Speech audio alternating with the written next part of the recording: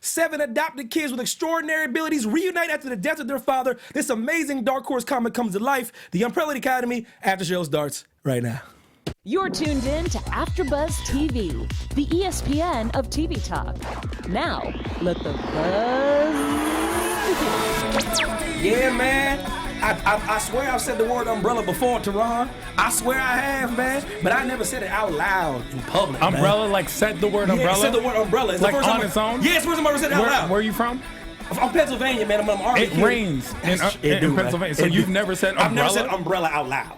Okay, you just always grab one? Yeah, just grab, let it go. Yo, welcome to the Umbrella Academy After Show, man. Listen, man, it's the first time we're doing this show right now. We have 2 other people coming, but right now, I got my man to the left, man. Tehran, it's the best of the best. This is how it's going to go down. I've never said the word vacuum. Now that I've thought about it, you see? Vacuum. You see? Just never, you know what? When you need to clean up, you just grab the vacuum. No, I just get somebody to do it. See, that's where are you from? I'm from Tehran.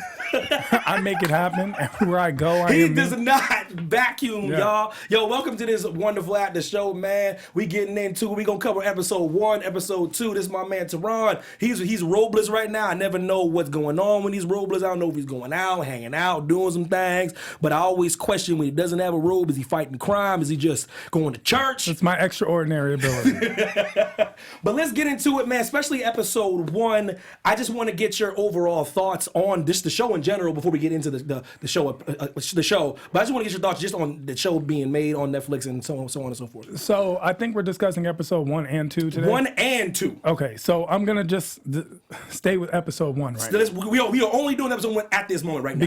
Because going in, I had heard the hype, and I'm one of the when people hype it, Bird Box. I'm not gonna feel it as much as everyone else, right? So the Umbrella Academy definitely lives up to its hype. Believe it. It's amazing. It's extremely well scripted.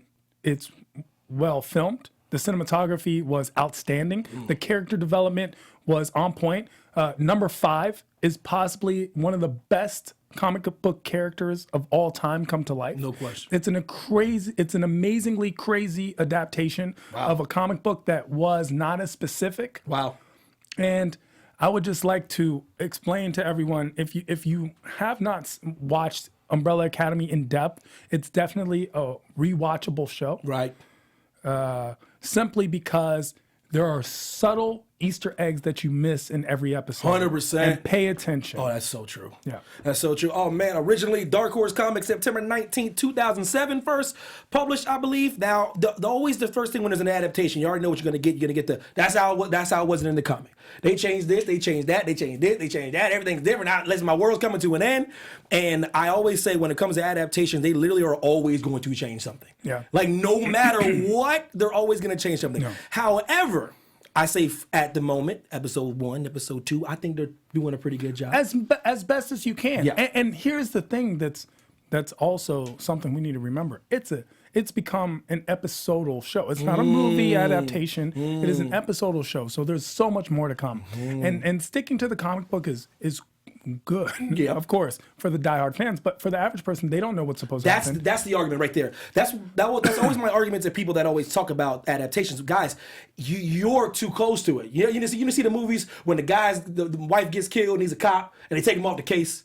See, they take him off the case. He goes, why? Because you're too close to this assignment. When there's diehard fans of certain things, you're so close to it, you can't see the forest for the trees. So they making it for the casual viewer that don't know what for this everyone. is. And this one is an adaptation where whether you are extremely familiar, vaguely familiar, or not familiar at all, you can watch the Umbrella Academy. It actually reminds me of how good it is. It reminds me of the other panel that I'm on, Sabrina, the Teenage Witch. Yeah. And it's an amazing. It's very similar. It's just how matter of fact and strong that the show is. It's such a good, strong show. Man, speaking of strong, man, isn't there some strong places they can find us, man? If they want to subscribe or they want to look out for us, man, I just want to know if there's anything like that. Of course. Before we move on to the next topic, I want to say thank you for making us the ESPN of TV talk. And for us to continue to grow, we could use your help. If you're on YouTube right now, hit that thumbs up button and subscribe. And if you're on iTunes, please give us a 5-star rating. We deserve it.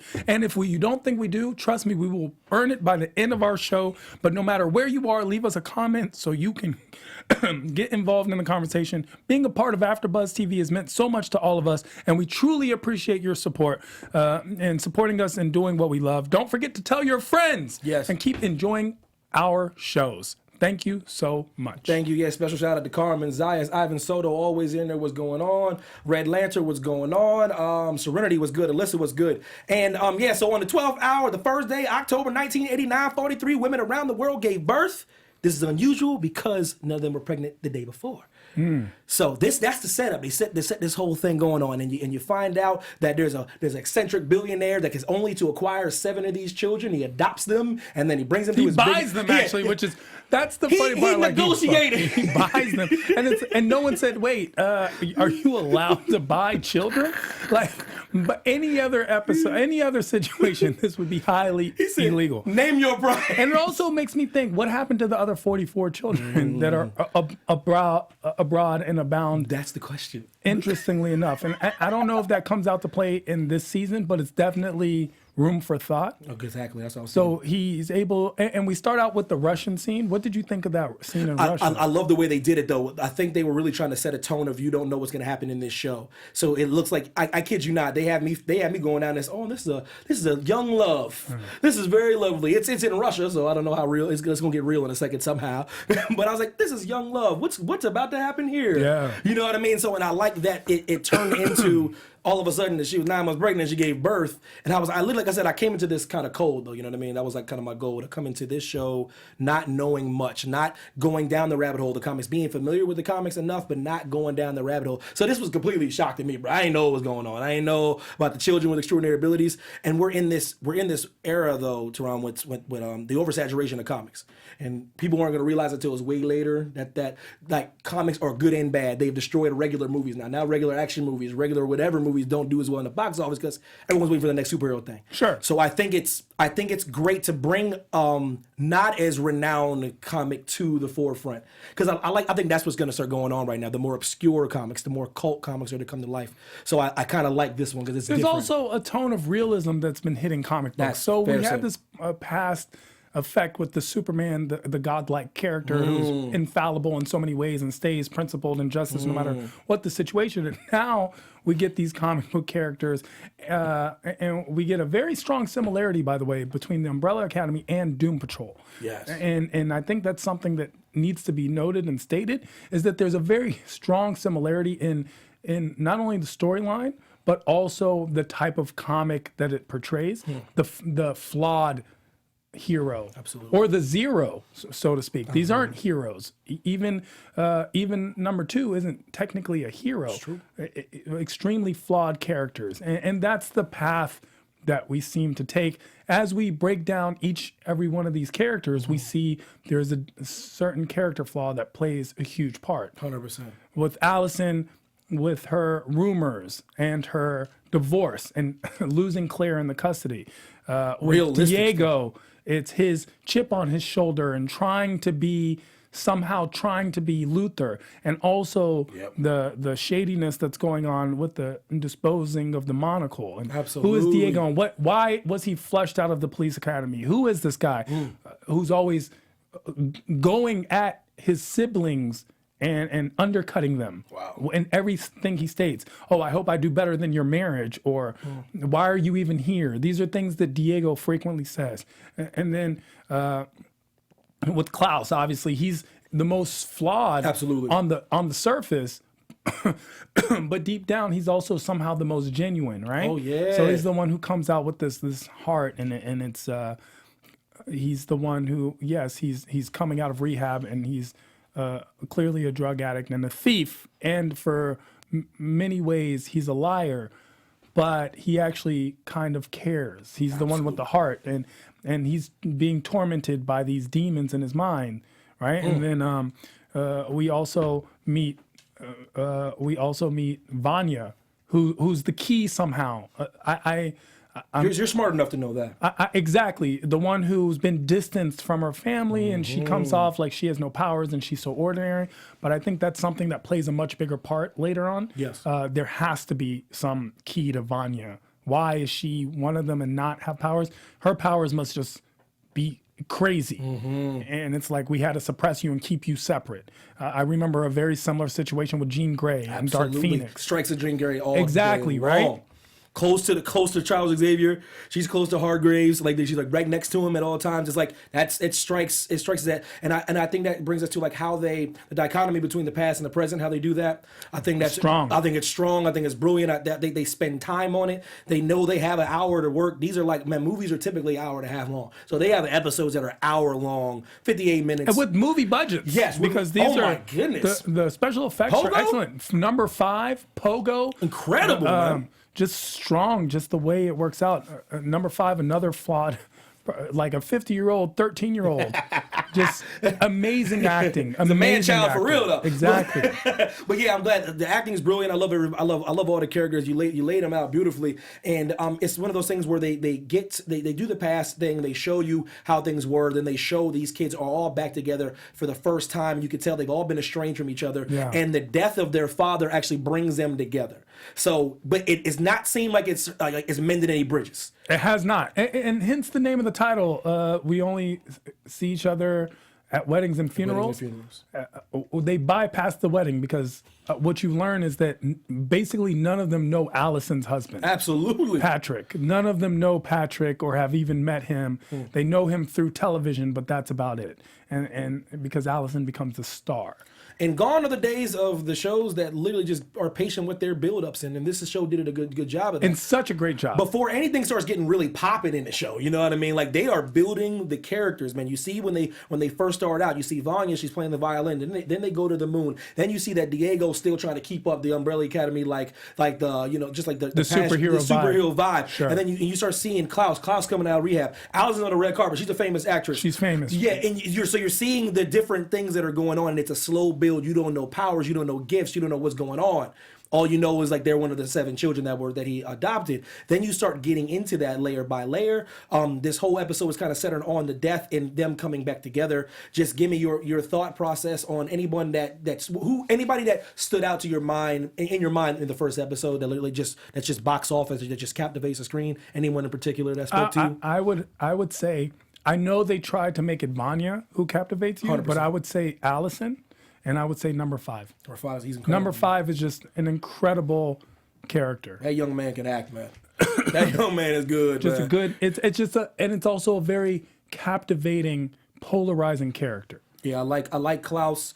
I like the way he does it. I like when he's an Irishman. I like the way Klaus is excellent too. That's actually a great it's the way Klaus. he's playing it. When you're starting to see a little bit of his abilities, you're starting to see why he's probably an addict though, because you can imagine that as a young man. The torment. It's the Sixth Sense syndrome where you remember I see dead people. He's like the one addict I can kind of understand why he was going down his path. He has a hard time sleeping. I understand that, so I love his character as well. So we get to this moment where like I said, everyone's trying to figure out and process. They all acting hard, but they all do, no matter how hard their father was, and they do establish how hard the dad was, how difficult he was, how eccentric. They do that, and they do it in such a good way. Yeah. They don't tell you. Yes. They let you understand it and in watch his him. actions and watch him act, and they all go to say goodnight, and they're all standing there like well-behaved children. Children must be seen and not heard.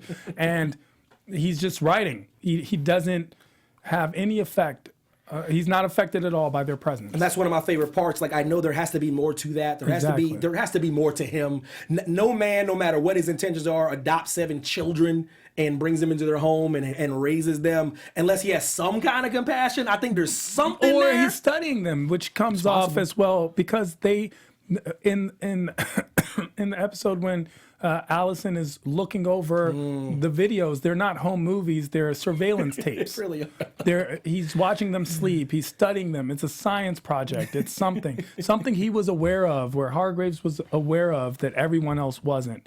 And this eccentric billionaire who comes off crazy is probably not as crazy as everyone thinks. Absolutely. So, and there's also a couple things I wanted to get your thoughts on. Did you like do you like how they did the music, the type of music they chose based on the scenes? Did you like this? Did you like the soundtrack so far? I know that's going to be a big part of the show. It's not about liking the soundtrack. You know, at some points it's almost off-putting, but at the same time it's used to soften the show. So it gives you, we see the one where they're dancing. I think I'm alone now. By Tiffany, yep. Exactly. And so you think, and they're dancing, and each one of them is actually enjoying themselves, but not together. Absolutely. And that shot of just the abscond of the house, amazing. Just all the rooms simultaneously, you get to see them all. And watching Diego shut the door, like, because he's still Diego. He doesn't want to see. He doesn't want anyone to know that he's not, tough guy. Yeah, and you can tell based on how the acting ability, the way it's shot, how they do a good job. They're doing a great job. But you can see they're all handling his death a certain way. They're all different. Their dynamics are different. You can tell off the jump that Luther and Alison have something going on. Yeah, there's a special connection there, which everyone is trying to ship as, oh, that's cute. No, it's not. They were raised in the same household. For any effective purposes, they are brother and sister. 100%. So it's actually, even though you're not genetically related, you know it's wrong. If adopted children did this, you would be like, what's going on? 100%. Y'all know y'all wouldn't be cool with that. You wouldn't be cool if it was a director and his adopted daughter,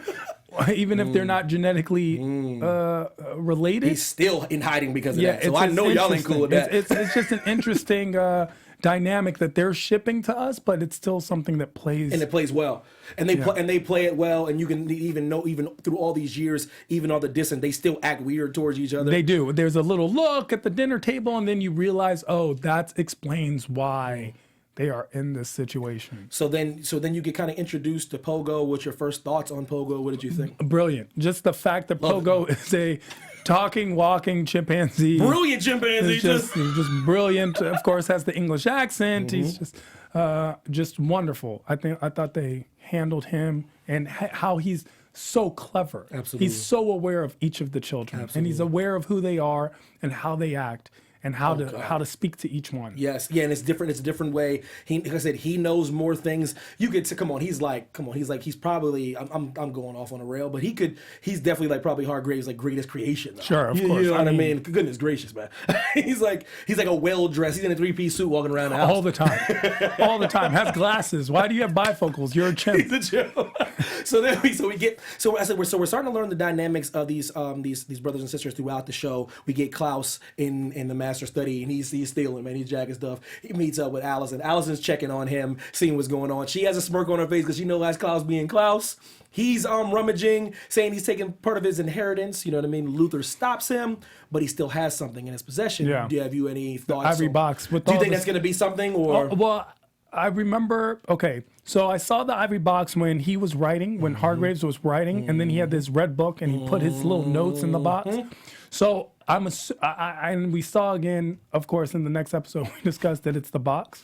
So I don't know how that plays, but that has to play. That's all his notes, or at least a huge portion of his notes. So we get to this. So like basically in the crux of the episode, Luther's not buying that his father, as brilliant as his father was, is as smart and all these contingency plans, that he would just die of natural causes. He's not buying natural causes. And at first, it comes off as Luther might be a little crazy, but the more Diego is defensive, there's something. Yes. And on top of that, Alison sees something on the surveillance tapes, which we don't know yet what she saw. And clearly, the phone call where Hargreaves warns, I believe he spoke to Luther. Yeah. And he warns Luther not to trust people. That's right. Or things of that nature. That's right. All that plays. So I agree, and that's one of those things where you're wondering like what all the meanings are, and I think they're doing a great job. Like I said, gone are the days of wondering what's going on. Everybody needs validation quickly, and I like a show that has the guts to be patient, take the time. They got 10 episodes. Let me develop characters and make you care about them very well. Absolutely, very quickly too. Absolutely. So we get hold on. What did you think of Pogo, and what did you think of Pogo's, how he fit into the family? That was one of my favorite parts of the whole show so far, is just to watch how much of a part of the family he is, though. You know what I mean? Because you're like kind of predisposed to be like, man, that's a chimpanzee, man. Like no matter what. But you get over it really quickly. You do, and you see just how when Vanya first sees him, she just gives him a hug. Yeah, it's a warm embrace. Like I haven't seen you in a long time. You are the person who showed me love. Absolutely, and you cared, and he hugged her, and it was one of those moments like it's like good to see you, good to see all of you. So I just like the dynamic, and you can tell he's almost like their like. Besides mom, like that de facto father figure. 100%. He's Jeffrey. He's Benson. Yep. He's Mr. Belvedere. Mr. Belvedere. He's every single lovable butler. Who's the boss? He's that guy. Like, it was just a very good take. So speaking of mom, when you see them reference her and you see her talk about her, what was your first thoughts before you get the reveal? Did you notice anything off? No, I was like, how did Hargreaves get her? Word. Like I was like, what? I need to understand. Like, is she like, just there for fine, the money? Man. Yeah, mom's coming in, very young, good looking, on point. But then, of course, at the funeral, she shows something like something's wrong with her, and they say, "Oh, she needs to recharge." And I was like, "There's something." I didn't know yet what it was. Right. Maybe there was some form of memory loss or Alzheimer's or something, early onset Alzheimer's. Exactly. But the recharge hit me. Exactly. And of course, the reveal. And then we get the reveal. So we get that flashback of when you kind of first get, especially speaking of reveals, the kind of the first taste of their power. So like I said, I think they've been doing a good job of not showing you what the hell they can do. Yes. So you kind of get a taste. You see what Alison can do, which is one of the most deadly, unbelievable gifts probably ever, though. Yeah, to be able to manifest things that you think. Yeah. To say rumor has it, and something, whatever you say comes to play. I wanted to shoot a question to you. I was wondering, it's way too much in the beginning of the first episodes, but I still wanted to know, do you think she like rumored her way into being an A-lister? Do you think she rumored her way into that? That's a very interesting. I didn't even think about that. I actually was more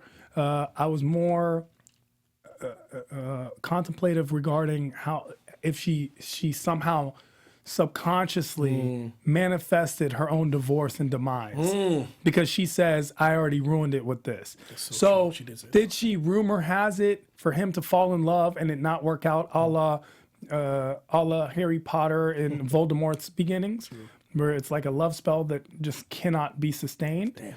Or did she somehow sabotage her own relationship with the rumor has it?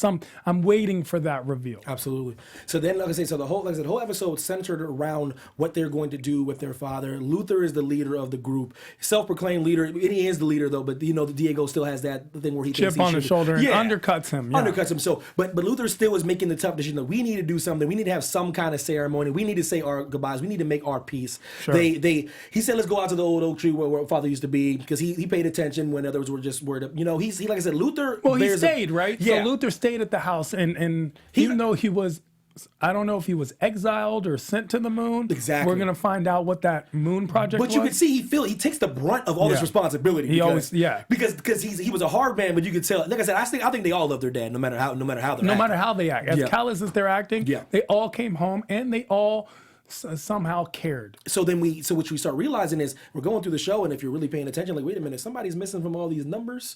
What's going on? We missed a couple people. We were missing number 5 and number 6. See, so then we get the slow pan outside, and you look at the statue they show in the beginning, but you see it again, and you're like, oh wait, Ben is dead. He's dead.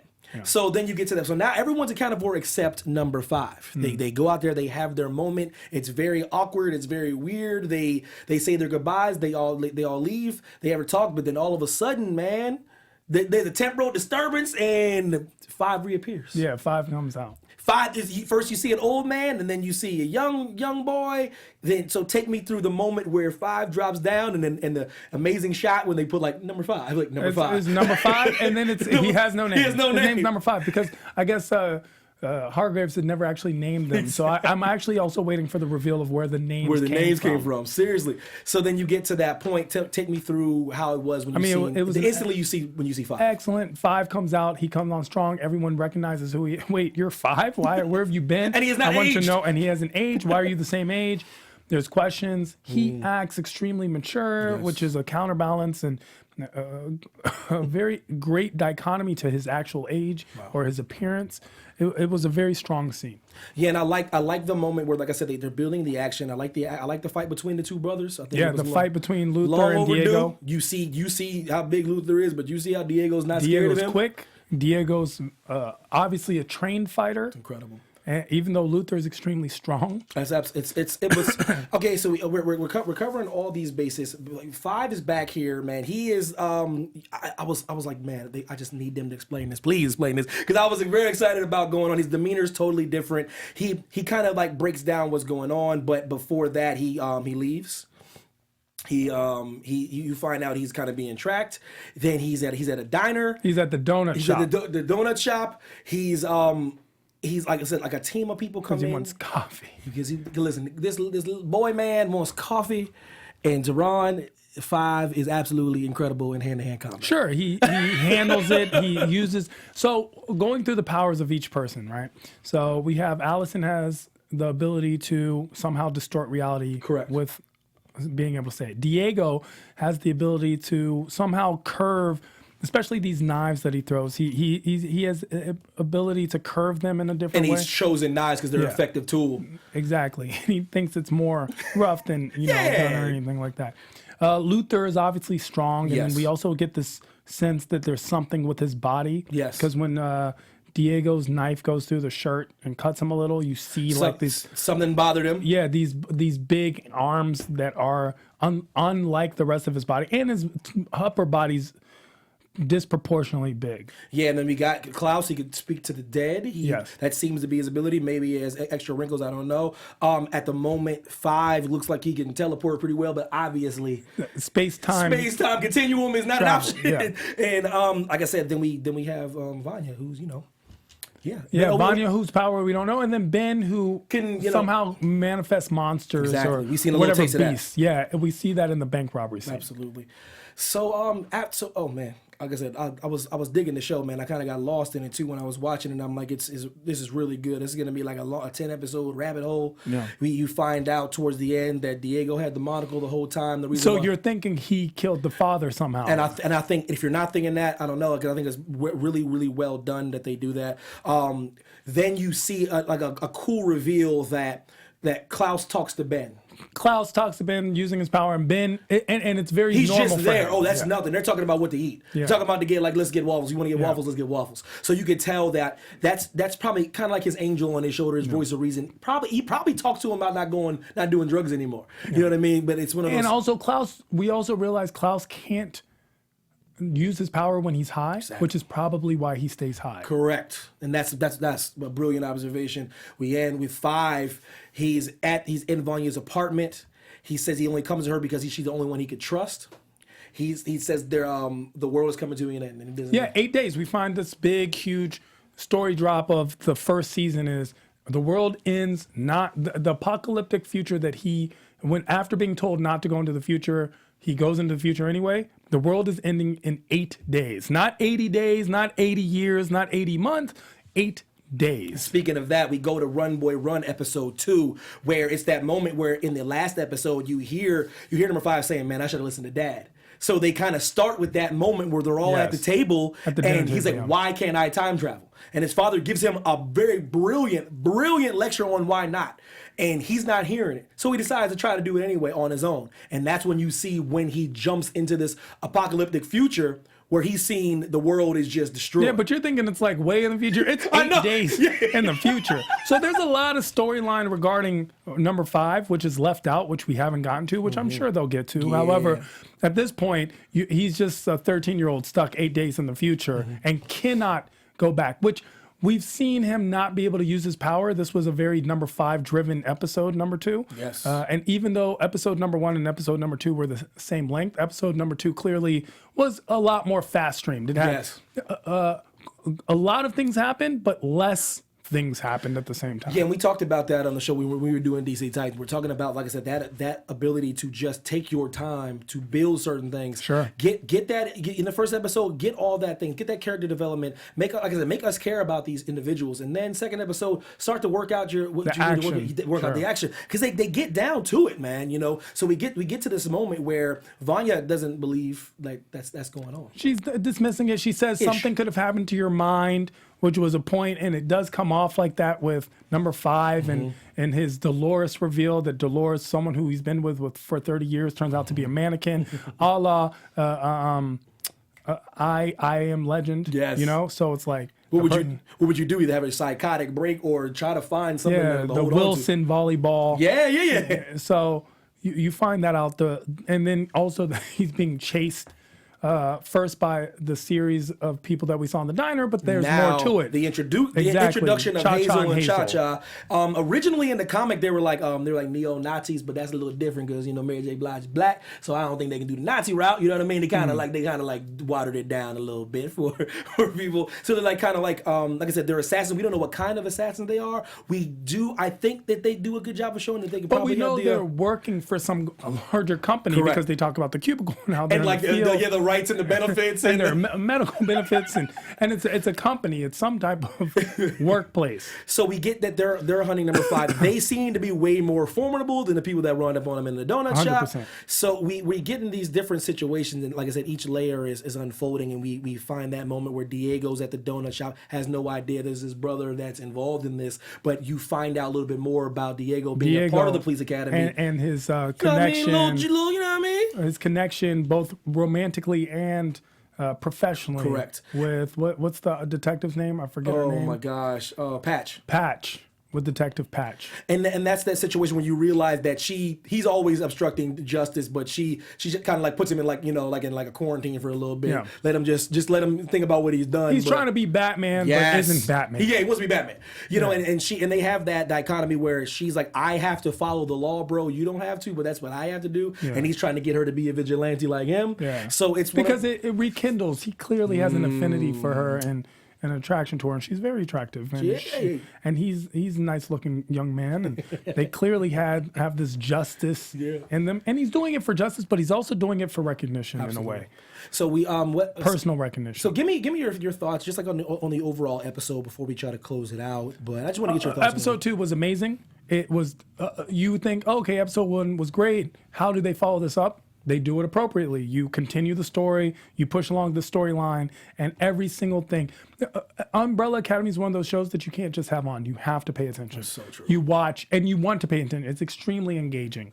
And the action pieces of number 5, we need to know more about his storyline. The eyeball, what's going on with that eyeball that he took to the doctor's office, and it hasn't been manufactured yet. Whose eye does that belong to? Man. Why do we need this eye? Why was it being held in the hand during the apocalypse by Luther?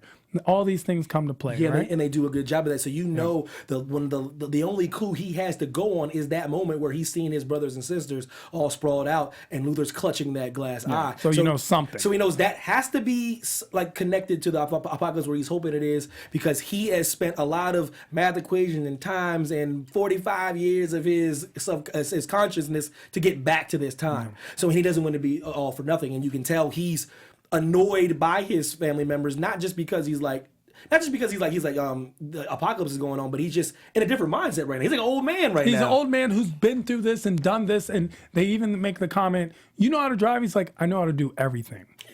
I know how to do I've lived an entire life. Seriously? You guys do not understand. Like, I don't His consciousness has been transplanted back into a body that resembles. Man. So it's very strong.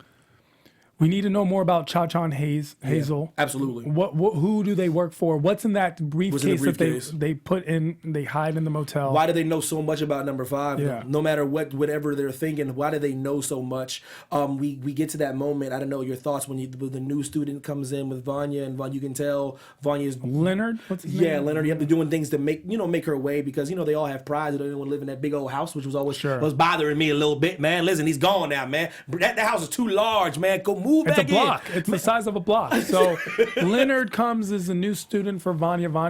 Vanya's the victim, perpetual victim of her own her own subconscious demise, right? So she's sitting there and she's like, you know, my next student's a prodigy, and then he's like, well, I've never been a prodigy, and she's like, neither have I. Like she is the Eeyore. Everything is just down. Absolutely, instant connection between the two. 100%. Just based on that, and the father connection. Leonard brings it up. Same thing.